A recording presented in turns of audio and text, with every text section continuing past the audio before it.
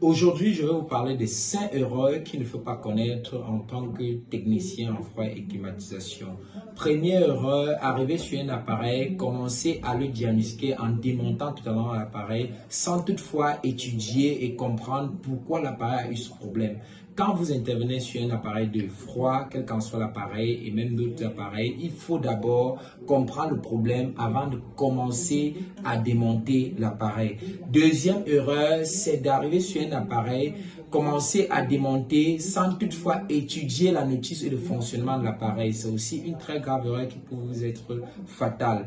Troisième erreur, ne pas débrancher un appareil lorsqu'on fait une intervention délicate sur les parties électriques peut vous être fatale. L'électrocution peut vous arriver, il y a d'autres choses qui peuvent arriver aussi.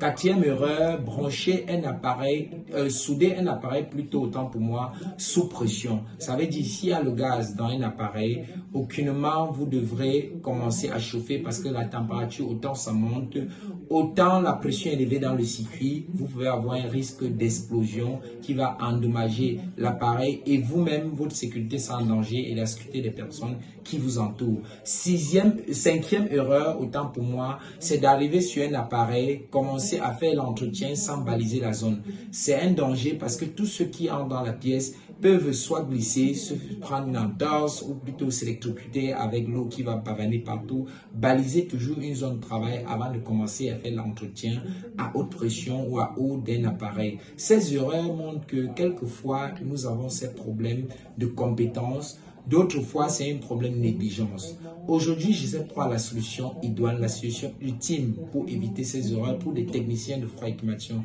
Nous formons dans ces métiers, ce métier particulièrement de froid et climatisation qui est un métier de l'art, qui nous donne du bon confort, qui nous permet de faire une conversion des denrées alimentaires. Vous devez être un technicien responsable, vous devez être un technicien capé, un technicien doué d'expérience pour intervenir sur des appareils parfois que les clients achètent à des sommes très colossales. Aujourd'hui, nous vous invitons tous les apprenants ou peut-être tous ceux qui aspirent à faire froid et climatisation à venir à GC Pro s'insérer dans la nouvelle vague de formation qui hier a débuté avec un rassemblement le 7 octobre et soit encore venir dans la deuxième vague qui sera le 28 octobre 2024. Nous vous invitons à venir vous former pour éviter les 16 erreurs que j'ai précédemment citées qui sont fatales pour un technicien de froid et climatisation. Nous vous disions ceci, si vous venez former à GC Pro, nous vous donnons la matière, mais en dehors de la matière, nous vous suivons dans la procédure de travaux sur le terrain, nous vous suivons dans vos stages en entreprise, nous vous trouvons des stages. Nous aussi, nous ouvrons vos ateliers en vous suivant sur les procédures simples pour le faire. Pour ceux qui voudront ouvrir des entreprises, pour ceux qui aimeraient travailler pour des entreprises, nous avons 75 entreprises partenaires, nous allons vous insérer, vous allez prouver par vos compétences et vous allez travailler.